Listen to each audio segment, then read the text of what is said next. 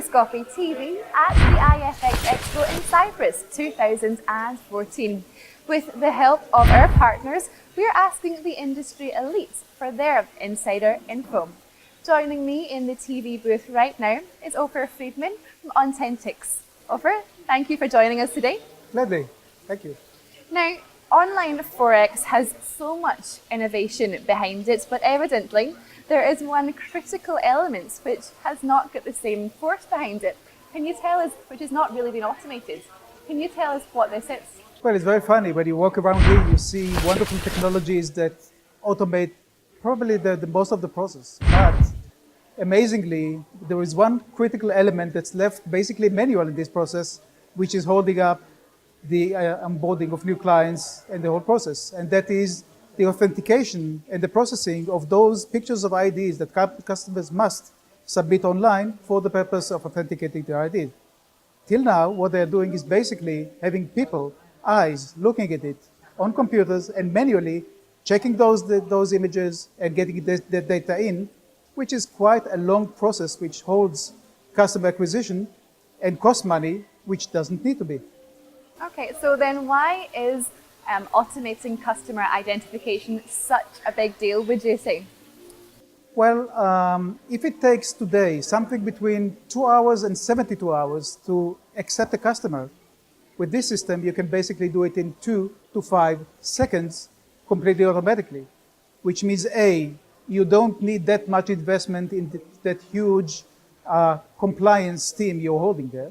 B, you can actually respond to the client immediately inside the process if there's any issue, or if it's accept the green light, basically speed, fast track onboard him and start trading, which means you can win more customers more quickly. And that already takes compliance into the business development, customer acquisition area.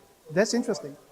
Indeed, it sounds interesting. Now, you mentioned there about speed, but is it just about efficient compliance, or is there something more to it?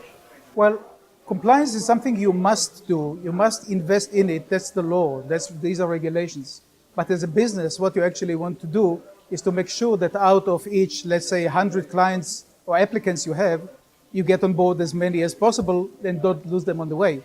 So this is about basically increasing your capacity to win more clients. So you do it because you start doing it because of the compliance bit, but you end up basically fast forwarding your business. So this is about growing business and not just about compliance. So it's a big deal because it's not just about not to spend money you don't have to, but actually the ability to win more money because you can fast forward customer onboarding. So what would you say is lacking there? What is wrong with using data authentication or providers such as World Bank, for example?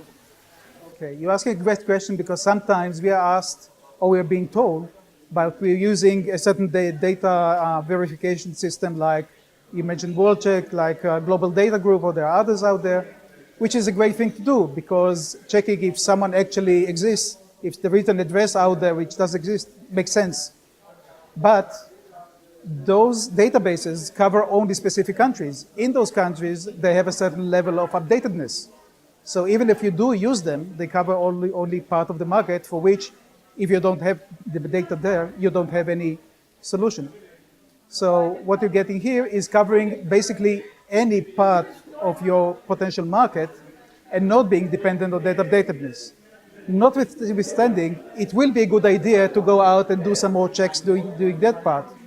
But being able to authenticate more customers that you could with those only, and being able to have a far more fast system makes the whole package far more interesting. Sounds very interesting. Ofer, thank you so much for coming in and sharing your insight with us today. It's been a pleasure. Same here. Thank you.